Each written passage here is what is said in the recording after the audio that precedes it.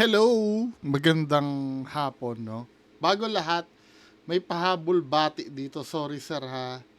Hindi ko na Ano ba yun? Si Sir Angelo Gabriel Monzon Coronel. Hindi ko nga yata to na nakita. Sabing ganun, papabati lang. Hi bungo, pa shoutout sa mga tropang work from home na tambay sa TikTok live kada gabi. Ang stroke survivor VA na si Marie Yvonne Pahuyo, anak na si Dean Pahuyo, and ang poging pongkan na si Aldo Pahuyo of Las Piñas. Hasinderong si Master Waki Marfil ng Antique. Uy, Antique. Batang lubid na Drew de Gia ng Paranaque. Gifter si Pam Duran or Laguna, and gandang gluta na si Kindle Isip ng Bulacan. Si Fluffy Jeebs ng Iloilo. Sorry po, ngayon ko lang po nabasa. Siguro natabunan ito. Kaya ngayon ko lang nabasa. Sorry po ha.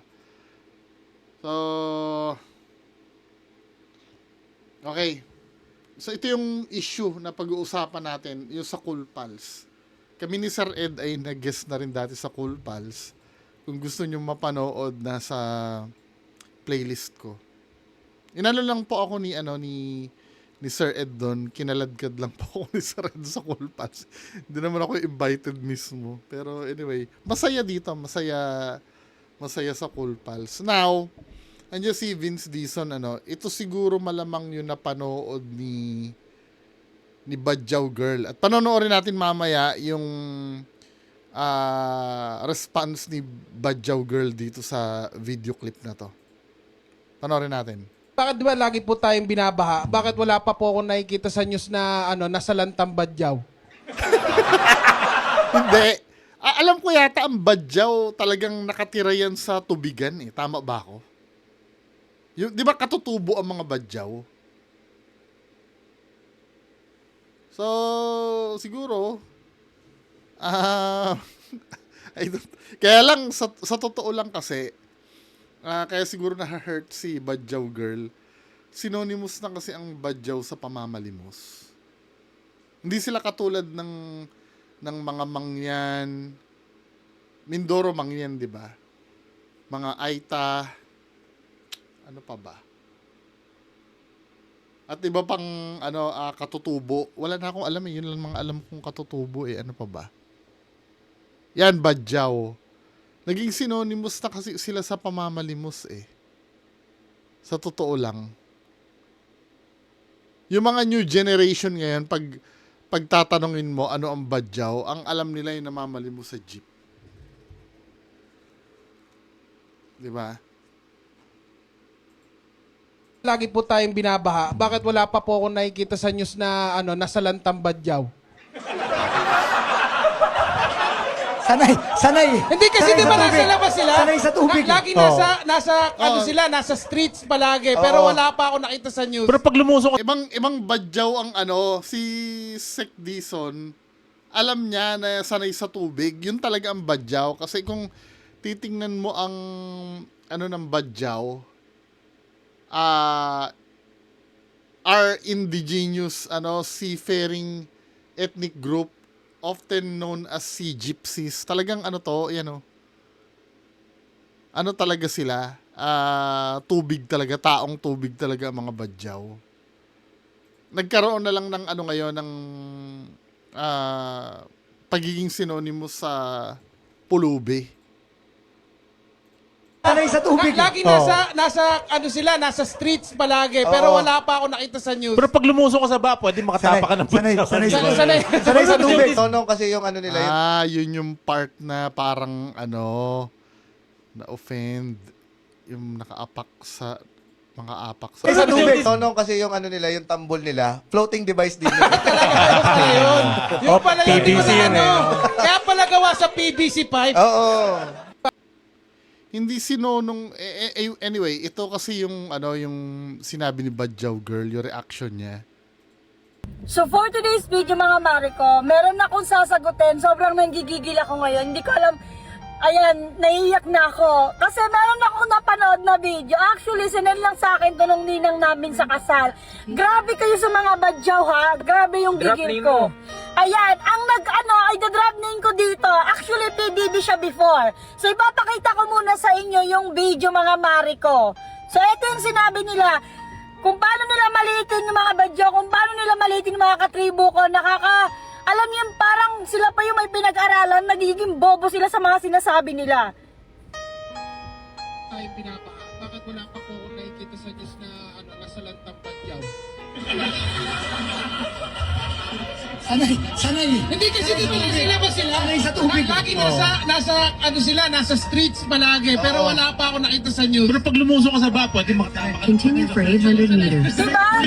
Yung mga sinasabi nila, yung sinasabi ng isang lalaki, pag lumusong ka, pwede ka makatapak ng mga badyaw. Anong tingin nyo sa amin? Basura? Nakakagigil. Grabe yung gigil ko ngayon. Medyo off So nga. for today's video, Medyo off nga naman yung yung pagkakasabi nun, yung pwede kang makaapak. Pero yung mga sinabi ni Nonong tsaka hindi na, sa akin hindi offensive. Kasi yung mga katribo mo kasi talaga namang pakalat-kalat sa kalsada. I mean, kung ayaw nyong isipin na ganon, ako, guilty din ako, sa work din minsan pag nagbibiroan kami. Yung pag may bumili doon alam niyo yung picnic na yung chichirya, yung nakalagay sa jar. Merong gumagaya sa amin yung badyaw. Yung tinatambol. Hindi kasi, naging part kayo ng, ng pamamalimos kasi sa kalsada. Reality yun. 'Di ba? I think bago ka yata sumikat, ganun din yata yung buhay mo eh. Pero doon sa yung makaapak ng badyaw pag naglakad sa baha. Parang yun, ewan ko, may karapatan naman siya masaktan doon. wala kaming ginawang masama sa inyo. Actually, sa totoo lang, ayoko lang magkwento. Ako nag-jeep ako dati nung mga first time ko magtrabaho. Ang papasukan ko nun sa sa 168 Mall, Robinson Supermarket. Nag-jeep ako. Hindi nyo alam yung perwisyo na na ginagawa nung hindi, actually pa lang yata ako noon.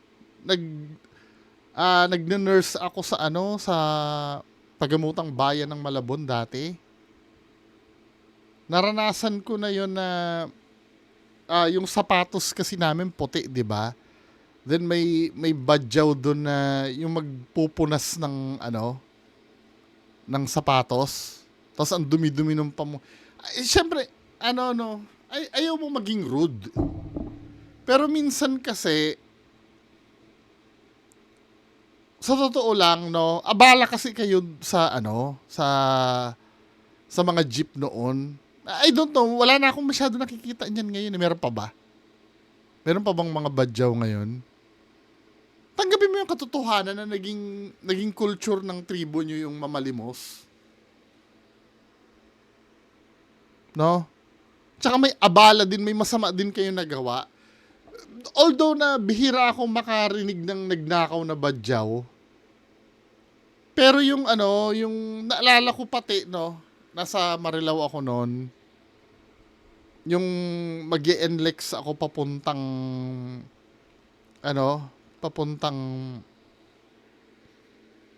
monumento.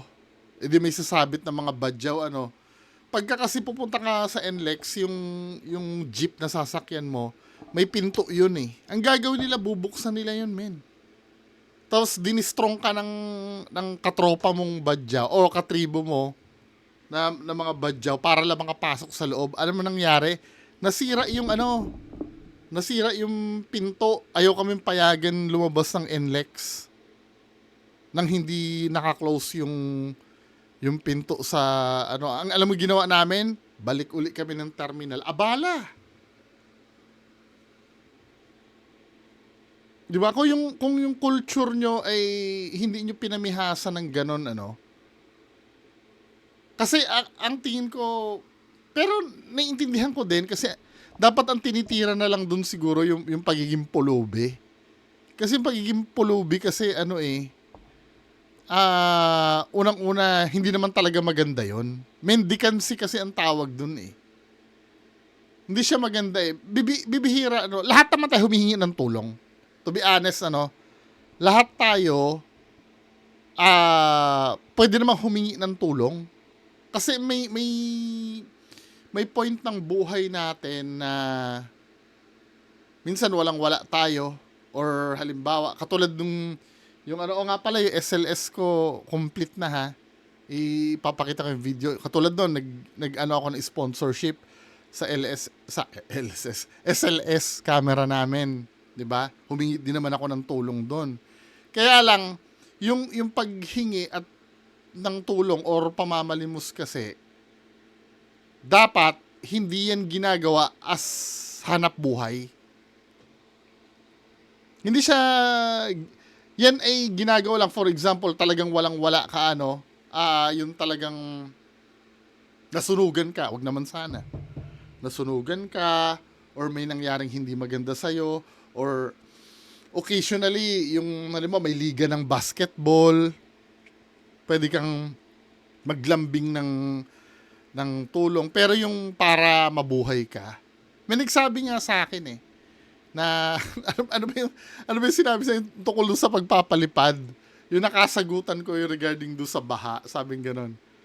Kasi nasabi kong palamunin siya kasi hindi siya namumroblema sa baha eh. Ibig sabihin nasa bahay lang siya. Sabi niya sa akin ganon. Ako ang palamunin, ikaw nga nang hihingi daw ako ng ano, ng yung pambili ng MacBook at ano. Ano ba hiningi ko? Diyos ko naman, yung sa pagpapalipad ba, yung ba ibig mo sabihin? Hindi kakasya pang MacBook ang pagpapalipad. Ano ka ba? Kung kakasya lang, ito ha, kung kakasya lang ng yung MacBook ay magpapalipad, hindi na ako pupunta sa trabaho. Andito na lang ako. Kung isang let's say, ilang beses ba kami mag-live? Every Friday, sabihin mo 3 times a month. Ang presyo ng MacBook is, bili ko dito, almost 70 yata, 69, or basta 60 eh. Pero hindi naman siya 65 pababa. Diba? So, meaning, may 70,000 ako sa palipad pa lang. Aba, hindi na ako magtatrabaho. Diba? Huwag tatanga-tanga. Yun, tsaka isa pa, kung may magpalipad sa akin, ako ay may binibigay na serbisyo sa mga nanonood sa akin. Nanonood sila sa akin, na-entertain sila sa akin, nagbukas ako nagbukas ako ng laptop ko, gumastos ako ng kuryente, gumastos ako ng internet. Hindi ako sumahod lang ng kamay. Diba? Yun ang sinabi sa akin nung isang kasi sinabi ko, baka palamunin lang siya. Kasi sinabi niya kasi, kayo lang ang may problema niyan. Hindi naman namin problema yung baha. Sabi niya ganon. Kaya, tanga kasi kayo. Binoto niyo yung mga kami hindi namin pinoproblema yan. Hindi ba naman bobo, no? Hindi ba siya lumalabas ng bahay? Hindi ba siya bumibili sa supermarket yung mga inangkat na produkto? Gulay ngayon, nagmahalan na. Diba? Dahil sa baha, hindi ka ba apektado doon? Sinasabi mong hindi ka apektado? Kung hindi ka apektado, talagang palamunin ka nga. Baka kahit nga bumaha dyan sa bahay nyo, wala lang sa'yo dahil hindi naman ikaw yung namumroblema eh. Diba? Anyway, balik tayo dito. Diba? Yung pamamalimos or yung paghingi ng tulong, no? Hindi naman masama yun, lalo na kung halimbawa may kailangan or sa case nung iba, yung hirap na. Pero yung gagawin mong hanap buhay yun, yung pamamalimos, hindi siya maganda. Yung parang nabubuhay ka na lang sa ganyan. At yun ang reality na ginawa ng ibang katribo mo. Diba? Ilang taon din ako sa Robinson Supermarket 168 noon. Siguro mga 3 years bago ako nalipat sa Victory Mall. Halos araw-araw na lang may mga badyaw na gano'n. Ang gagaling nilang yung mag-drums. Diba? Halata mong hindi sila badyaw kasi may lengguwahe sila na na hindi sila yung common na pulubi lang. Diba? Kaya kung maging katatawanan kayo dahil doon sa culture na nilikha nyo na hindi maganda, 'di ba? Tanggapin nyo. 'Di ba? Kung ang gagawin punchline yung mga hindi magandang ginagawa nyo, huwag masyadong sensitive. Okay lang sana kung ang ginawang katatawanan sa inyo, yung lifestyle nyo, yung mangisda. 'Di ba? Yung pagtawanan yung pangingisda nyo or yung pagtatanim nyo ng gulay. Yun hindi maganda dahil hindi naman nakakaabala ng tao yun eh. Pero yung ginagawa talaga ng mga tribo mo, real talk ha, talaga namang yun eh. Abala naman talaga yun eh. Biruin mo, ang dami namin na late nun. Kahit yung specific na pangyari. How much more yung mga iba pang badyaw kung anong ginagawa nila. 'Di ba? So far naman, to be fair, katulad ng sinabi ko kanina, wala pa naman akong nababalitaan na na badyaw na nagnakaw. Meron na ba? Paki-comment na lang sa baba. Wala kaming ginawang pinakita sa inyo na masama. Madami. Hindi mo lang alam yon. Hindi naman kayo ipa-punchline kung halimbawa sa magandang ginawa nyo eh.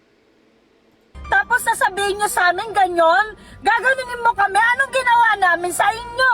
Diba? Para pareho tayong mga Pilipino, pareho tayong mga tao. In 500 Pero meters, bakit north sobrang onto late Metro ng Manila tingin nyo Skyway. sa aming mga katutubong badyaw na walang ginawa sa inyo? Walang ginawa kundi, ba't hindi mo matuloy? Gigil nakakaiyak kasi wala kaming pinakita. Dami. Sasabihin nyo sa Hindi niya alam yung yung sinasabi niya. Kung bubuksan mo lang yung mata mo, 'di ba? amin, pwede nyo kami tapak-tapakan? Bakit? Sino ba kayo? Unang-una sa lahat, di nyo kami pinapalamon. Di nyo kami Yung mga namamalimos, 'di ba, nagpapalamon doon yung mga wala naman trabaho yun eh. Ang trabaho lang nun magtambol eh. May napapakinabangan ba yung pagtambol nung katribo mo? Hindi, sorry ha. Masyado madrama ito eh. Na kung tutuusin, pwedeng palampasin yung joke. Hindi siya katulad ng ng joke sa mga ita. Kung halimbawa, ang aanuhin ang tutuksoy mo sa mga aita, mga may itim, mga kulot. 'Di ba? Yung mga ganun na joke, 'yon okay pa 'yon, pero yung pagiging badyaw nyo, katulad ng sinabi ko kasi, nakilala yung race nyo, kadamihan, for all the wrong reason. 'Di ba? Yung sasabi mo walang ginawa sa inyo, hindi kami pinapalamon, namamalimos nga eh, ano ba? pinapakain para bastusin namin kayo. Kung bastos din naman kayo sa mga katutubo, di maging Oh, hindi, huwag mo i-generalize. Badyaw ang tinutukoy eh. Gini-generalize eh. 'Di ba? Badyaw lang naman ang tinutukoy. bastos na rin naman kami, di ba? Kayo pa yung nakapagtapos ng pag-aaral, kayo pa yung may pinag-aralan, pero yung utak nyo tapon. Di ba? Pangalan yan. Tingin nga. Eto, shoutout sa'yo, Nonong. PBB ka before. Pero sana, bago ka magsalita ng mga ganyan, sana inisip mo muna. Wala utak ang puta. Ang utak mo pabaliktad eh. Nakakagigil. Wala kaming ginawa sa inyong masama. Wala kaming pinakita sa inyong masama. Tapos kung barabarahin nyo kami na parang kilala nyo kami, meron pa sinasabi kasi daw yung mga tambol namin parang floating. Anong gugustuhin nyo? Magnakaw kami? Pag nagnakaw kami, ang dami nyo tsitsera. Aminado kami, namamalimos kami. Oh, tapos sasabihin mo, pinapalamon nyo ba kami? Wala. Nainsulto ka lang sa katotohanan. 'Di ba? Pero yung part na yung pag naglakad ka ng baha, may maapakang kang badyaw. Pero parang hindi rin maganda sa pandinig ko yun. Pero yung mga punchline regarding sa yung lagi nakikita sa streets, tsaka yung sinabi na yung tambol ay floating device, 'di ba? Ano yon, harmless jokes lang naman yun. Yun lang isa talaga, pero masyado ka namang OA. Nga minsan real talk lang ha, yung pamamalimos nyo din minsan naging peste din naman talaga sa ibang tao. Yung pamamalimos nyo ha, I'm not talking about yung yung pamumuhay nyo dun sa natural na lugar nyo. Yung 'di ba, mga ano kayo mga sea gypsies kayo wala namang problema doon. Pero yung pagiging mendicant nyo, pamamalimos, nakakapeste yun. Real talk lang talaga. Huwag kang magdadrama ng ganyan, men. Kasi marami din talagang inabala yung mga badyaw nyo. Ha? Pero ginagamit namin sa tama. Tama ang mamalimos. Gago ka pala Sorry ha. May ano nga dyan, may anti-mendicancy law nga tayo Bawal nga yan sa batas Tingnan natin ha. Anti-mendicancy law. What is anti-mendicancy law? Ginagamit do sa... Come on. Ano sabi niya? Wait lang ha. Habang nag-aano yung AI.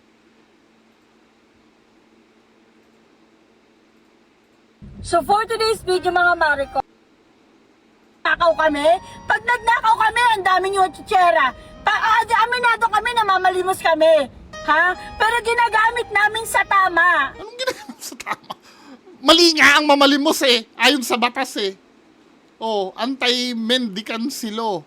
Also known as Presidential Decree number 1563 is a Philippine law enacted in 1978 by President Ferdinand Marcos to control and eradicate widespread street begging. The law treats mendicancy, yung pamamalimos, as a crime. Nasa batas natin yan. Tapos sasabihin mo, walang mali.